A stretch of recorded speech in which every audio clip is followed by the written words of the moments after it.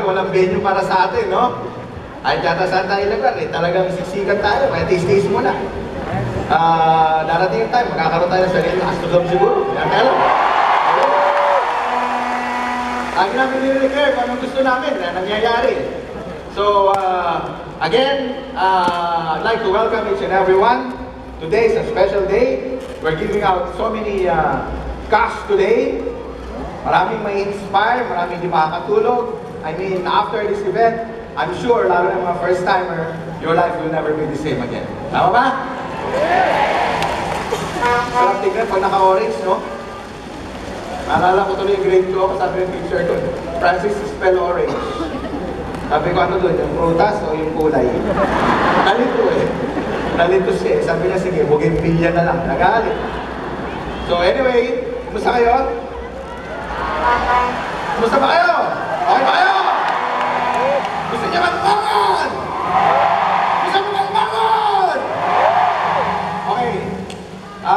Deep inside, in my head, in my heart, meron ako ibibigay na tips sa inyo na alam ko magagamit ninyo based on my experience, based on Doc's experience, and Sir John, isi-share namin sa inyo. Today, the magic word is sharing. Sharing. Gusto ba ng tips? Okay, umpisahan natin. Video. Ay, hindi pala video. PowerPoint. Dito ako, dito ako. Dito daw ako. Ayoko sa podium, di ako makita. Okay? Let's represent. Kung gusto nyo bumili yung network nyo for the next 3 years, I give some tips sa inyo. Simulan natin. Ako yan. Ako din ulit. A. Let's start with S. The secret to wealth in network marketing, based on the 20 years observation, number 1 rule is sponsoring. Sabi mo sa katabi mo, sponsoring. Well, bakit hindi nila maintindihan ang network marketing? Bakit kailangan mag-recruit? Bakit kailangan mag-sponsor? Well, bottom line, ginagawa natin ang tawag dyan, the law of leverage. Sabi mo sa katabi mo, law of leverage. In economics, we call that multiplication of time. Leverage means multiplication of time, multiplying your time through others. Ito yung tinatawag na term that rich people do, that poor people don't. Leverage. Hindi nila maintindihan bakit natin mag-recruit, bakit kailangan padami, simply because gusto natin gamitin yung word na leverage. So, sponsoring is number 1. Sabi mo sa katabi mo, sponsoring. Sponsoring. Sabi mo sa katabi mo, sponsoring. Sponsoring. Kaya pag may nakatabi ka sa jeep, sa bus, basta humihinga, pwede na yan.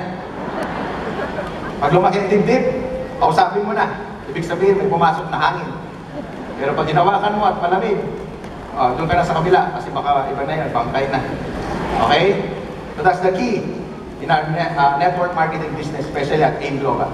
Next, H stands for help.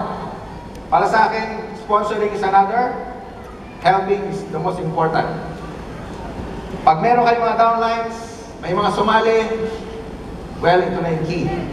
Kung meron kayong ganitong puso, tumulong sa mga nagsisimula, kagaya ninyo, no wonder, marami magsasucceed. Eh, nakita nyo naman, mga BOD, bukod sa gwapo, bukod sa may mga dimple, no? Yayaman. Nandito kami para tulungan yung mga nagsisimula. Nandito kami para i-prove sa inyo na nag-work yung system. Some time ago, 8 years ago, ang network marketing hindi naging maganda sa pananaw ng mga tao. May mga negative concept, may nagsasabi na hindi magandang career ang network marketing, may nagsasabi na scam, may mga fly-by-night, may mga may-ari na gusto lang nila kumita, tapos sa titiklop nila, bandang muli. Well, ladies and gentlemen, nung nag-usap kami tatlo, 8 years ago, Sabi namin, sayang yung industriya.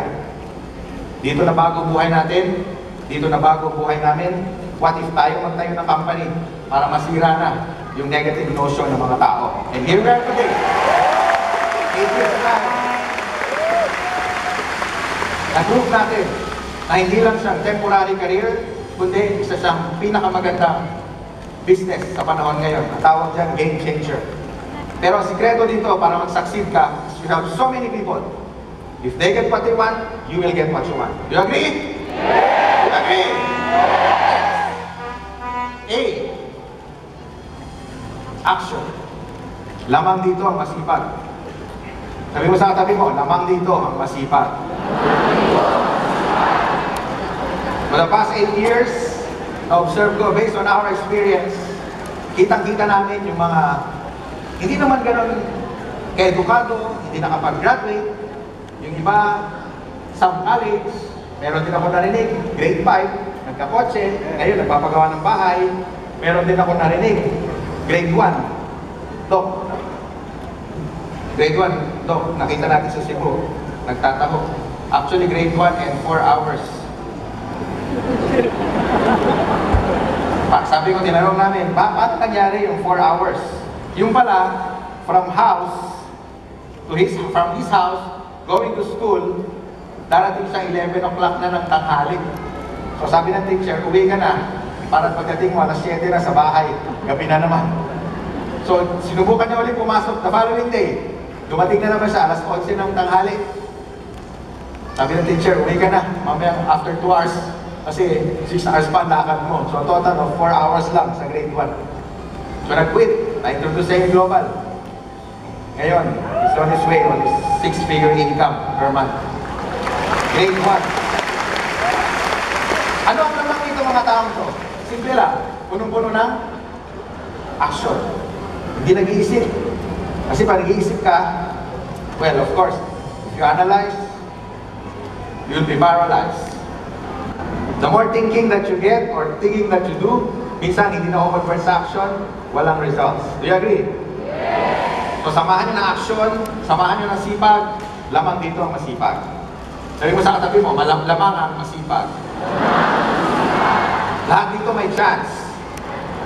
I have seen people who are more than 60 years old making 6-figure a month.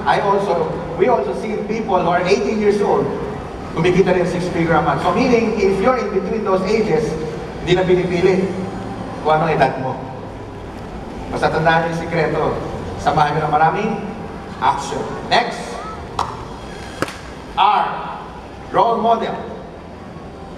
Pag sinabing role model, we're selling health products. So dapat maging healthy tayo. Kaya nung kinalabit ako ni Doc Ed, sometime before 2 years ago, sabi niya, what if Kiko, mag-triathlete ka? So, noong una, sinubukan ko mag-swim.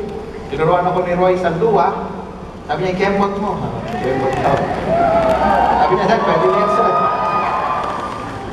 And then, nag-bike, and then run. Ito na ako ngayon, triathlete na. Nakakatapos na ako ng 70.3 Ironman. Bakit? Kailangan maging healthy tayo. Because we're selling health products. Parang hirap yata mag-introduce ng product. Pag sinabing, pare, subukan mo ito magaling sa rayuma.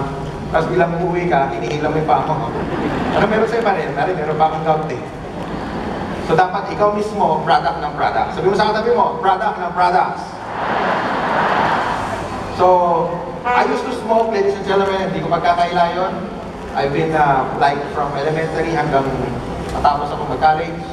Siyempre dahil sa barkada. Pero when I joined my team, Doc Ed, sabi niya, Francis, quit smoking. It's not good for your health. Nakinggan ko kagad.